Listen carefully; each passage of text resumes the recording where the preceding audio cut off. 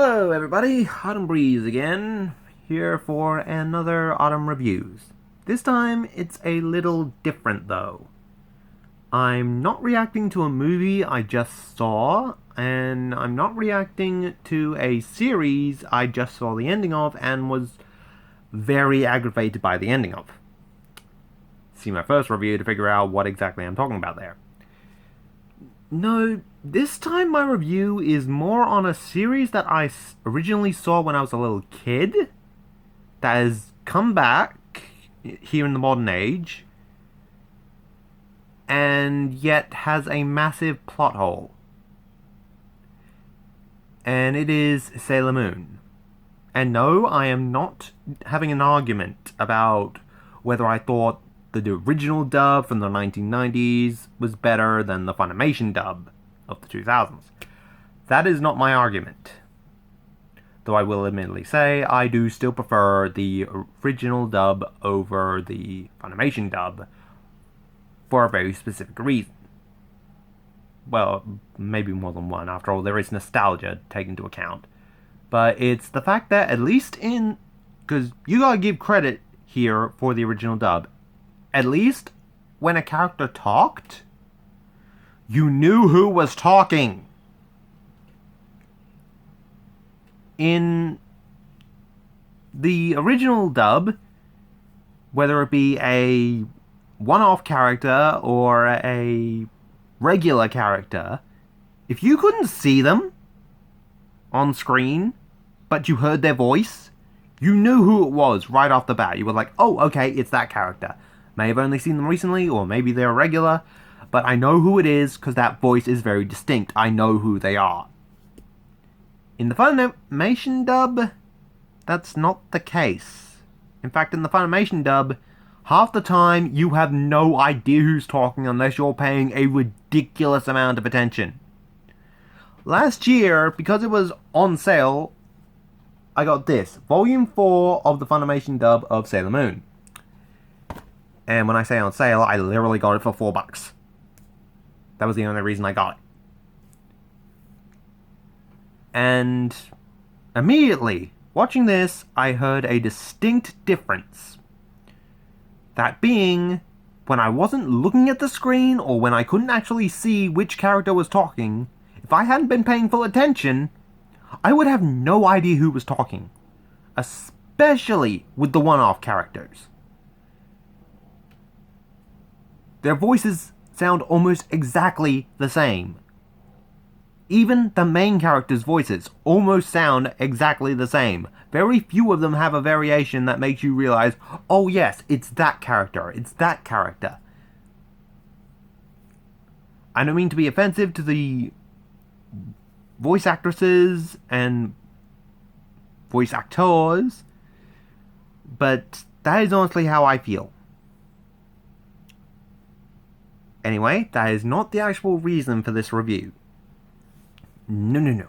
The reason is, as I said, for a massive plot hole, which if you've read the title of this video, you know what it is. It is how, doesn't matter which version, original Japanese version, first dub, Funimation dub, the Nega Moon arc should be where it ended, because everything after that makes no sense. And not in the fan being angry about this change kind of thing. No, I mean from the show's actual perspective. It shouldn't exist after the Nega Moon arc. Because in the Nega Moon arc, I'm not going to say Serena Usagi here, because, or refer to her as such, because, yeah, I'm not sure who I'm going to offend by that, because, yeah, we got two different versions. So I'm just going to call her Sailor Moon for this. Sailor Moon Tuxedo Mask's daughter comes from the future to the present. A future that is 30 years down the line. And after, at that 30-year point, we see that the Imperium Silver Moon Crystal is exactly that. A sphere that is silver. Yet, in the very next season, which is still in the present, not the future, the crystal changes shape and color. It goes from the Imperium Silver Moon Crystal to a pink crystal heart. When I first saw this, when I was like 10 or something, like 15, I'm not sure what age I was, it was definitely over a decade ago now. I saw that and my brain went, wait a minute. Last time we had a confirmed 30 years in the future, the crystal would still be the Imperium Silver Moon Crystal, but now it's not silver and it's not the same shape. That's time paradox. And it is a time paradox. I admittedly have not actually watched Sailor Moon Stars, or at least that's what people call the 5th season. But from what few images and video clips I have of it that I saw Sailor Moon's crystal, it still didn't look like the Imperium Silver Moon Crystal anymore. That's a time paradox and it makes no damn sense. And I wouldn't mind so much if not in that season they confirmed that there is a cause and effect for time. When Tuxedo Mask gets captured and his Earth heart, or whatever, his planet heart, whatever it was called, gets taken away, Sailor Moon's daughter vanishes from the timeline completely because she cannot exist if he has lost his heart and dies. Yet, you're willing to tell us you'll follow seriously about that kind of a paradox, yet you're not going to acknowledge the paradox of Sailor Moon's crystal looking different now than when it did 30 years in the future. Really? You expect me to believe that? Because that is the case. 30 years in the future, it is still meant to be the Imperium Silver Moon Crystal. Circle, silver. But from what I've seen, after the Nega Moon arc, it changes into a pink heart and remains that way till the end of the series. So, you're willing to ignore that paradox, yet you're going to acknowledge the paradox of Tuxedo Mask dying means their daughter vanishes from the timeline.